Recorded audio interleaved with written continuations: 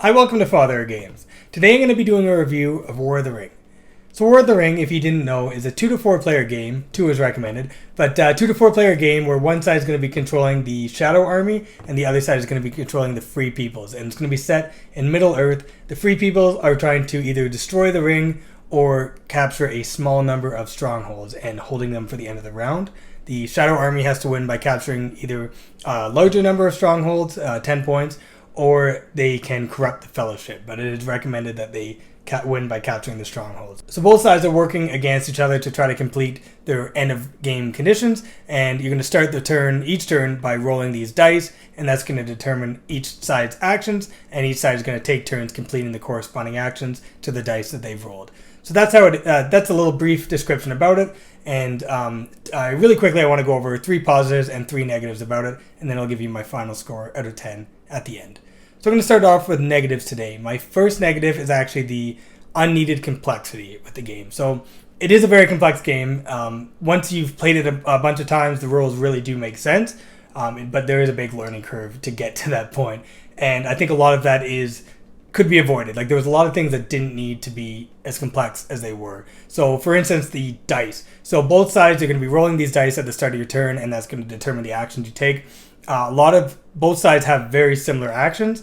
Both sides have a move action, both sides have an event action, both sides have a character action, and dependent on what side you are, the same action, it's going to be a different symbol for each side. So the same an event for both sides is going to be a different symbol depending on what side you are, and a character action for the Shadow Army and the Free People, they're going to be different symbols on their corresponding dice. So it makes it confusing. If you're used to playing as one side and then you play as the other side, then you have to learn the new symbols for the other dice. And I see what they were doing there, kind of adding to the theme, but it was a little bit unneeded as far as complexity, adding a bit more complexity to it. Another way it is complex that doesn't need to be is all the figures look very, very similar, especially the Free Peoples. So the Free Peoples have, I think it's 5 factions, different factions, and they're made up of regular, elite, and leaders. And for each of the 5 factions, there's 15 different figures as the Free Peoples that you're going to have to know what they all are and what faction they belong to, because each figure can only be recruited into its corresponding stronghold. You have to know certain cards are dependent on certain factions, so you have to know which one is which for that, and it's very important to know which faction is which. And if it's hard to distinguish between them, it makes it so much harder to take a while to figure out which one is which. And then the setup is longer because of that, because you have to set them all up according to where they are in the book. And if it's hard to differentiate between them, it makes the setup a lot longer. It makes the game a lot longer. It is something that over time it is improved upon. The more you play it, the easier you see a certain character, you know what faction they belong to. But getting this to the table, the first initial plays, it's going to make it that much harder. And the final thing is that on the cards, a lot of them are going to relate to certain regions or certain locations, and it doesn't kind of give a map or description of where those places are. You just kind of have to know. And after a while, playing this, you know that the card is dealing with a certain region, so you can kind of narrow your search to know where you're looking. But there's a lot of places in Middle Earth, and without having a map or kind of a guide of where these places are on the card, it can make the complexity a little more than it needs to be, kind of thing. So that is my first negative, the unneeded complexity in a lot of different areas.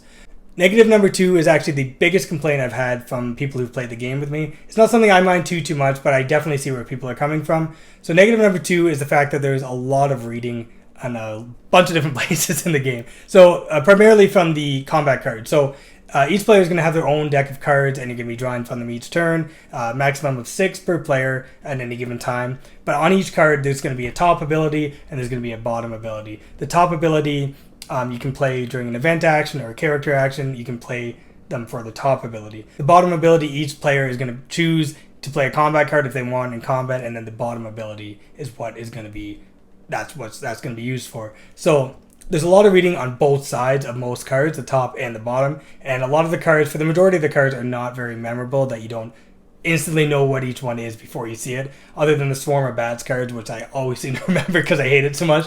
But most cards, you're not going to know them before you actually read them, and there is a lot of reading. And a lot of cards you have to read and kind of figure out if you can even play it before actually playing it, to know, like, some are like, if you meet these qualifications, then this card can be played in this circumstance. If this happens, then you can play this card.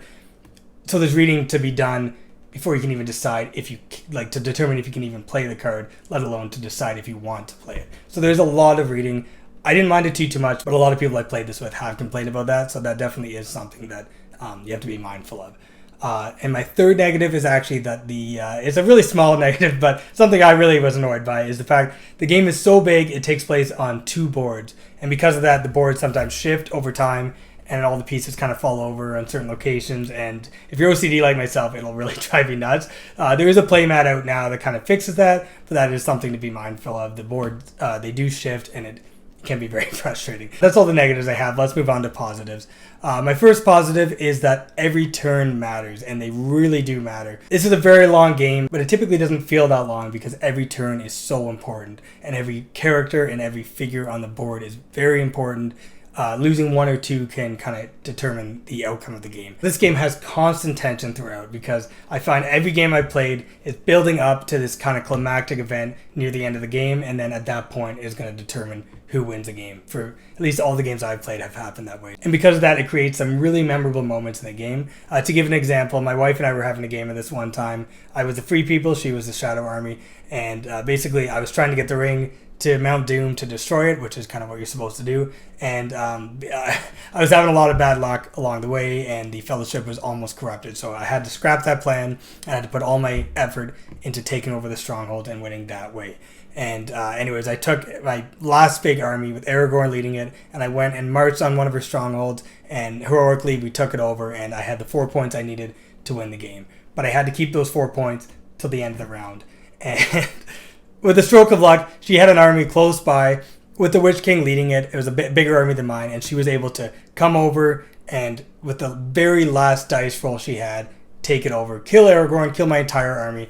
I lost the game the next round because basically I was out of figures and she was able to take over.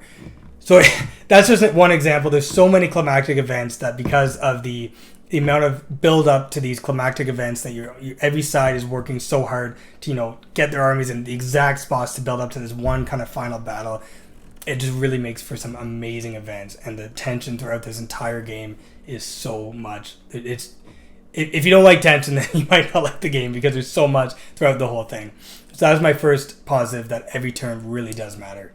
My second positive kind of ties into that is that one of my favorite elements of this game is the fact that as the Free Peoples, when your figures die, they don't come back. That adds so much more value to each character because every figure that you lose, you're not going to get back. So at the start of the game, as the Free People, you can put up a good fight. You can once the your diplomacy track reaches at war for all these factions, you can start recruiting figures and you can build up a big army. But over time, you're going to start dwindling those forces into these small little battles or these big ones, and eventually you're not going to have anyone left to bring in. And that adds so much stress and so much tension there because, every battle, whether big or small, is so important because any figure you lose is not going to come back. The Shadow Army, when they lose their figures, they do come back, but it takes a while for them to kind of get into the battle because they have to recruit in the far regions. So there is a negative for both sides for losing figures, but it's way worse for the Free People, and it adds so much tension, the fact that when your figures die, they don't come back. And the Fellowship, when they die, figures can sacrifice themselves for Frodo so he doesn't get corrupted. They take the ring kills them kind of thing, and that makes you actually feel for the characters, like characters dying off along the way, like Aragorn and Legolas kind of sacrificing themselves for Frodo kind of thing.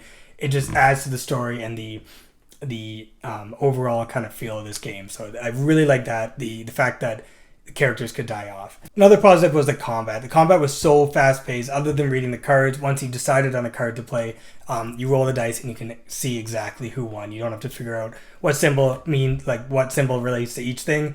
You have a number and if you've succeeded in the battle or not. Combat was quick paced, and it's where the game really shines.